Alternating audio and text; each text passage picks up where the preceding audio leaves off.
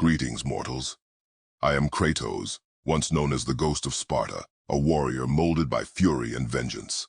But today, I come not as a harbinger of war, but as a messenger of a different creed, kindness. In my long journey across realms and battles against gods and monsters, I've learned the true power of kindness. Kindness, though often mistaken for weakness, is the strongest weapon one can wield.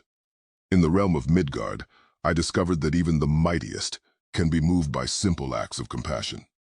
My bond with my son, Atreus, taught me that empathy and understanding pave the way for growth and strength beyond measure. Each action, no matter how small, resonates across realms. It shapes destinies and echoes through time. The gods themselves have learned this lesson at great cost. The gods, driven by pride and arrogance, met their downfall.